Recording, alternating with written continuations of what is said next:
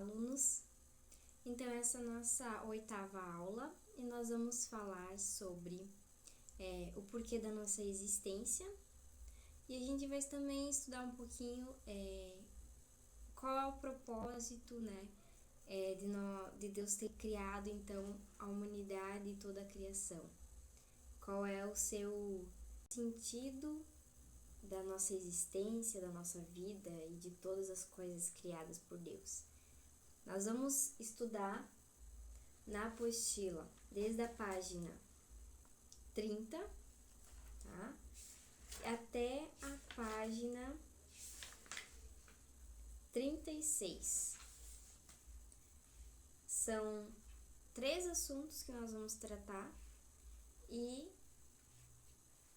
cada um desses assuntos tem questões no final para responder. Quero que vocês abram em Salmos, capítulo 100. Nós vamos ler, que ele é um salmo bem curto. O seu capítulo são só apenas 5 versículos, então vamos ler todo ele. Celebrem com júbilo ao Senhor, todas as terras. Sirvam ao Senhor com alegria. Apresentem-se diante dele com cântico. Saibam que o Senhor é Deus. Foi ele quem nos fez e dele somos. Somos o seu povo e rebanho de seu pastoreio. Entrem por suas portas com ações de graças e nos seus átrios com hinos de louvor. Rendam-lhe graças e bendigam o seu nome, porque o Senhor é bom e a sua misericórdia dura para sempre, e de geração em geração a sua fidelidade. Aqui em Salmos 100, vemos principalmente ali no versículo 3 que o Senhor diz, que o salmista diz assim: saibam que o Senhor é Deus.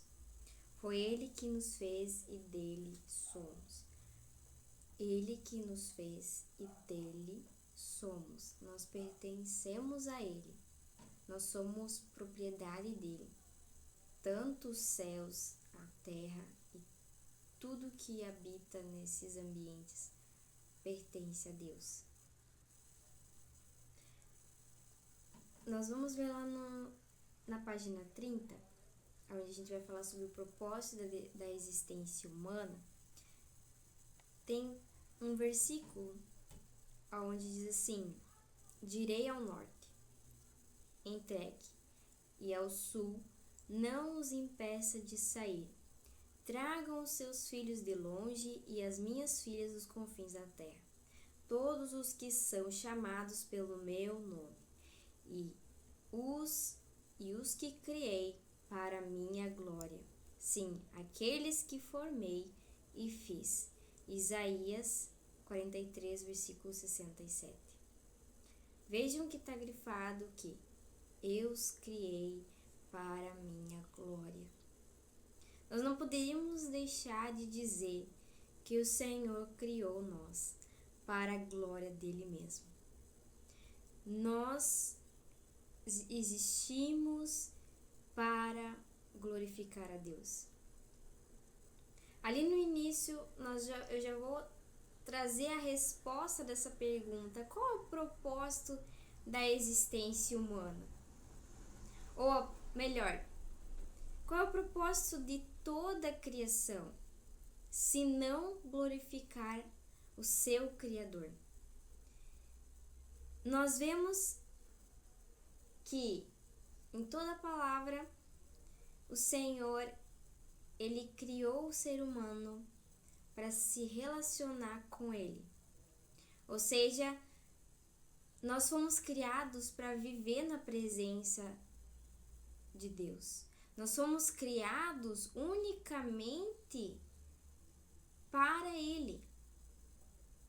E com a ausência da sua presença, nós perecemos, nós não encontramos o verdadeiro sentido, o verdadeiro propósito da nossa existência. Nós vivemos vazios e continuamente insatisfeitos por não se satisfazer, porque a nossa única satisfação é a presença plena de Deus. A presença plena de Deus é a única coisa que realmente nos satisfaz. Não podemos deixar de dizer que Deus, ele não necessita da nossa glória. Ou seja, não necessita do nosso reconhecimento de que ele é Deus, porque ele é o eu sou. Ele é autossuficiente. Por quê? Porque ele é o Criador de todas as coisas. Ele é suficiente nele mesmo. O Senhor criou todas as coisas. Não porque ele era um Deus carente ou um Deus que precisava de seres que reconhecessem que ele é Deus. Existe um autor, que agora não vou me recordar o nome dele, ele diz que Deus, ele transbordou de amor e por isso nos criou. Porque ele é amor, é o seu caráter, está no seu caráter. É quem ele é. E ele não precisava nos criar, mas pelo seu amor nós fomos criados. Porque ele é o amor, tá? O objetivo de nos criar foi de revelar sua soberania, de revelar sua grandeza, sua transcendência. O objetivo dele de nos criar é para que vivamos para ele e que sem ele nós perecemos. O Senhor é digno de que sejamos pertencentes a ele, porque ele é o Criador. Nós podemos achar que Deus é egocêntrico ao nos criar para ele mesmo, ou melhor, nós podemos até pensar que o Senhor é um Deus egoísta. Nós podemos achar que Deus é um Deus soberbo, um Deus orgulhoso, por querer todas as coisas para a sua glória. Mas na verdade, não. Ao nos relacionar com ele, nós vemos o quão o coração dele é compassivo, generoso, bondoso e misericordioso, tardio em irar-se. E o quanto ele anseia que toda a sua criação realmente volte para o propósito da sua existência. Ao nos relacionar com ele, nós vamos ver que ele é digno mesmo de que venhamos a nos relacionar com ele.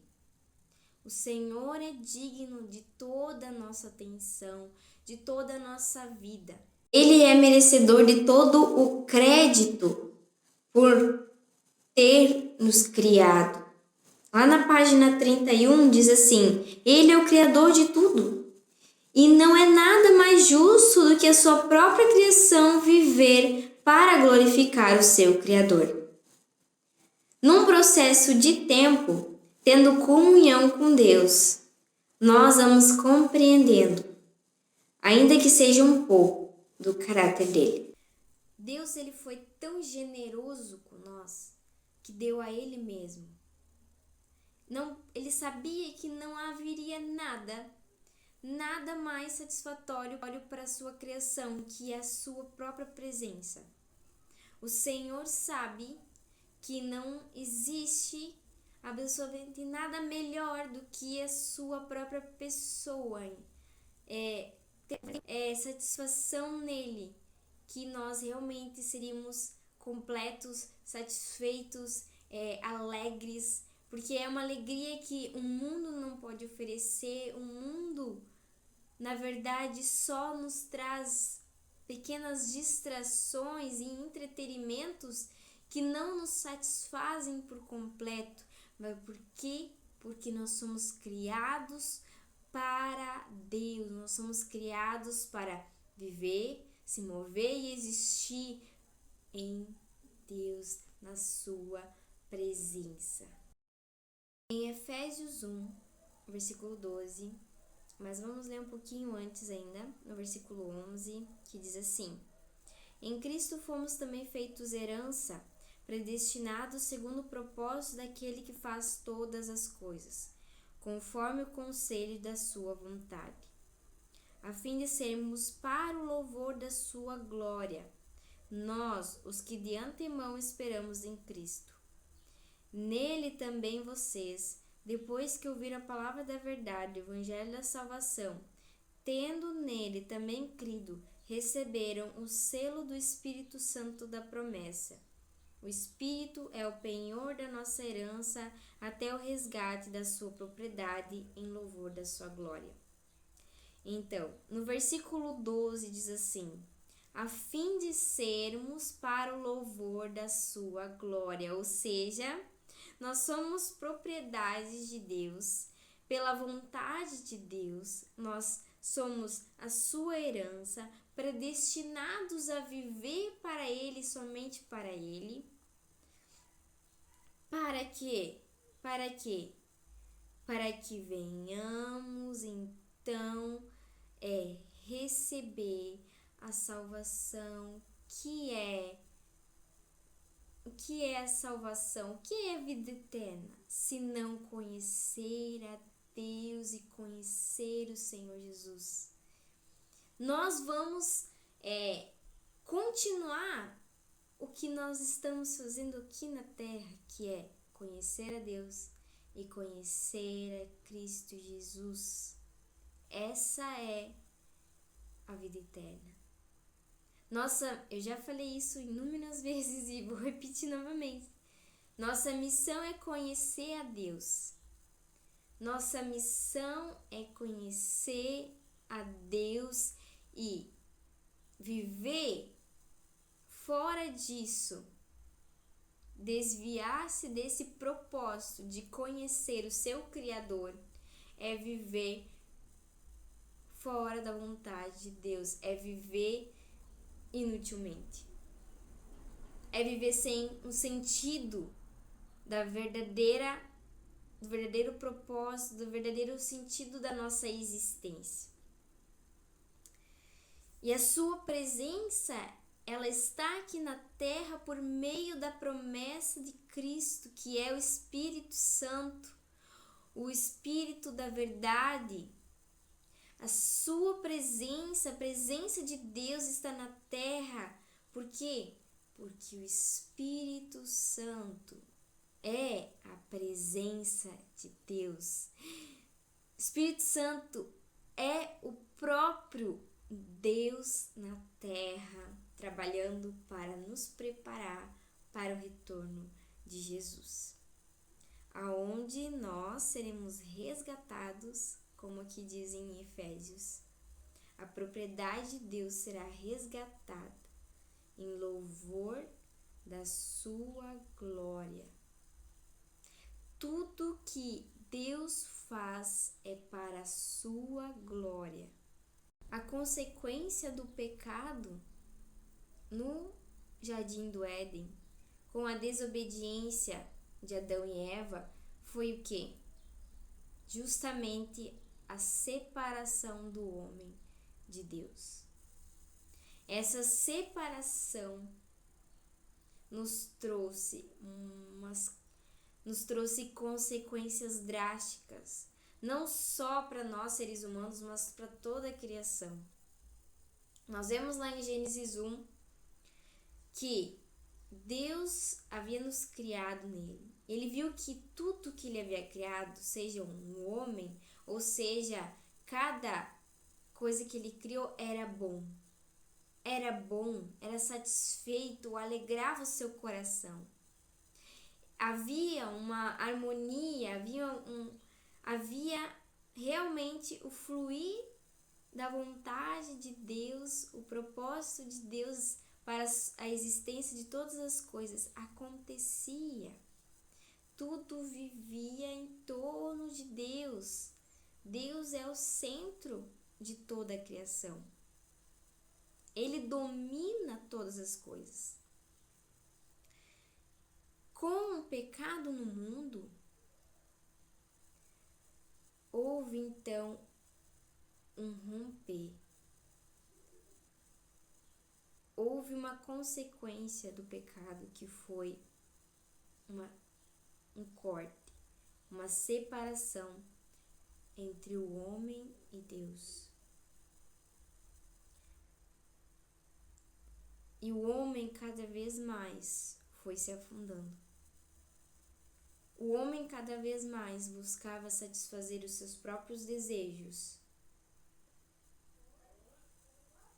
ao invés de se satisfazer no seu Criador. Nós vemos a história de Caim e Abel, por exemplo, onde Abel agradou a Deus naquilo que ele ofereceu, porque além de ele ter oferecido um sacrifício que Deus queria, o seu coração também era um coração sincero diante de Deus. Ao contrário de Caim, que ofereceu a Deus aquilo que a terra produziu, mas o seu coração se indignou quando Deus se agradou da oferta de seu irmão ao invés da oferta dele. E assim, não só ali, mas em toda a história, a gente vai ver que quando entrou o pecado no mundo, o homem cada vez mais se afundou. A Torre de Babel, por exemplo. Quem poderia segurar o homem, impedir o homem de fazer coisas, senão o próprio Deus, que interveio? Eles criaram uma torre tão alta, que o Senhor pensou: vamos ter que intervir. Vamos ter que intervir, porque não há nada que não seja possível para o homem fazer. Então ele confundiu os homens, trazendo várias línguas, Separou a humanidade por línguas diferentes, para que eles não pudessem então se unir e fazer, trazendo humilhação ao homem, para que ele reconheça realmente que Deus é soberano. Deus é soberano. Então, vamos ler ali no parágrafo 3 que diz assim: viver para a glória de Deus é viver satisfeito e alegre em Deus e com Ele. Não estamos falando da ausência de sofrimentos, porque até que Cristo venha, estaremos sujeitos a doenças, sofrimentos, fome, dores, tristezas, até que nesses mesmos dias maus nós venhamos nos alegrar em Jesus. Por quê? Porque Ele é digno. O sofrimento humano, nós só vamos entender verdadeiramente por que Deus permite que o homem sofra ao nos relacionar com Ele. Nós precisamos depender de Deus. Todo sofrimento humano não se compara na satisfação que existe na presença de Deus.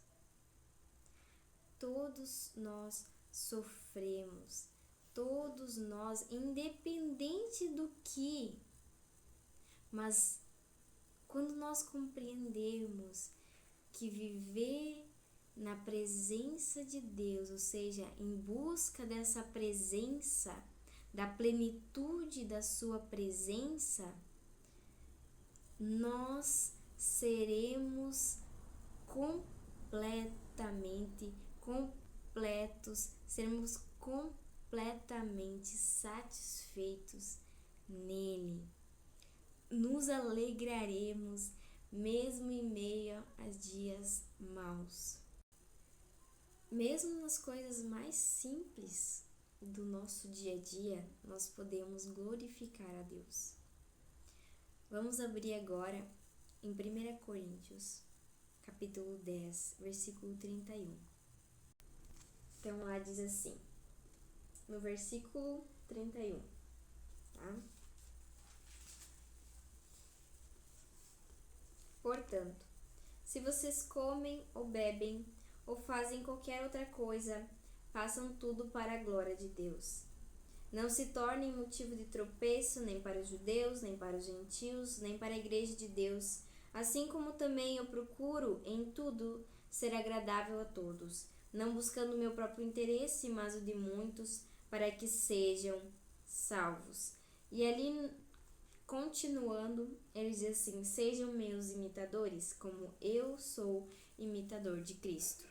Claro que Paulo depois também fala que ele não vive para agradar os homens, porque se ele vivesse para agradar os homens, ele desagradaria a Deus. Nosso objetivo de vida é agradar ao Senhor em tudo, é dar glória a Ele em tudo, seja nas simples coisas do dia a dia. Mas aqui ele está falando, Paulo está dizendo sobre a liberdade cristã que nós temos, que muitos não têm, mas que nós devemos nos colocar no lugar dessas pessoas, que isso Paulo fala que é maturidade de um cristão, não julgar a outra pessoa porque ela tem alguma espécie de restrição alimentar ou coisas semelhantes. Mas ele está dizendo que por nossa liberdade não venhamos julgar, ali no versículo 29, que pela nossa liberdade nós não venhamos julgar pela consciência das outras pessoas. Tá? Se essas pessoas, por consciência, não comem determinado alimento, nós não devemos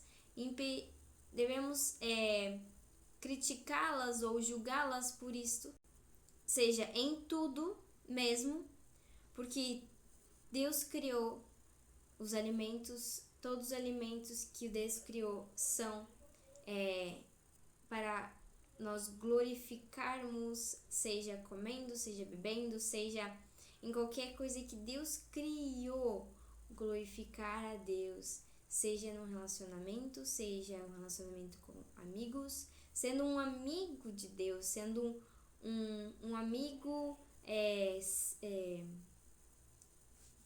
segundo o coração de Deus, sendo uma esposa segundo o coração de Deus, sendo um esposo segundo o coração de Deus, para que tudo isso, né, sendo pais para a glória de Deus, glorificando Ele, glorificando o seu nome, honrando o seu nome, porque Ele é digno. Ele é digno que nós venhamos comer com o coração grato, Ele é digno de que venhamos acordar com um coração grato por mais um dia. Ele é digno de que venhamos a estudar a sua palavra. Ele é digno de nós vivermos, existirmos e nos movermos nele. Ele é digno. Ele é digno de que não venhamos a julgar,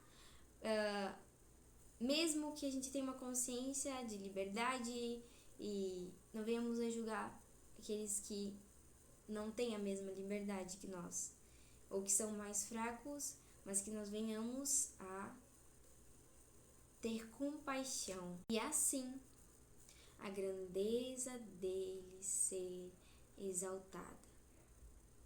Quem ele é, seja conhecido tanto por nós individualmente, quanto quando nós estamos em coletivo com a igreja, porque este é o propósito da existência da igreja.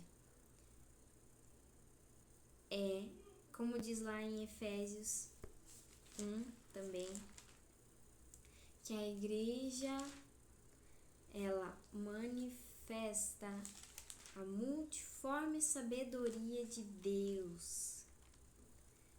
É para isso que a sua igreja, o objetivo de Deus estar formando uma noiva aqui na terra,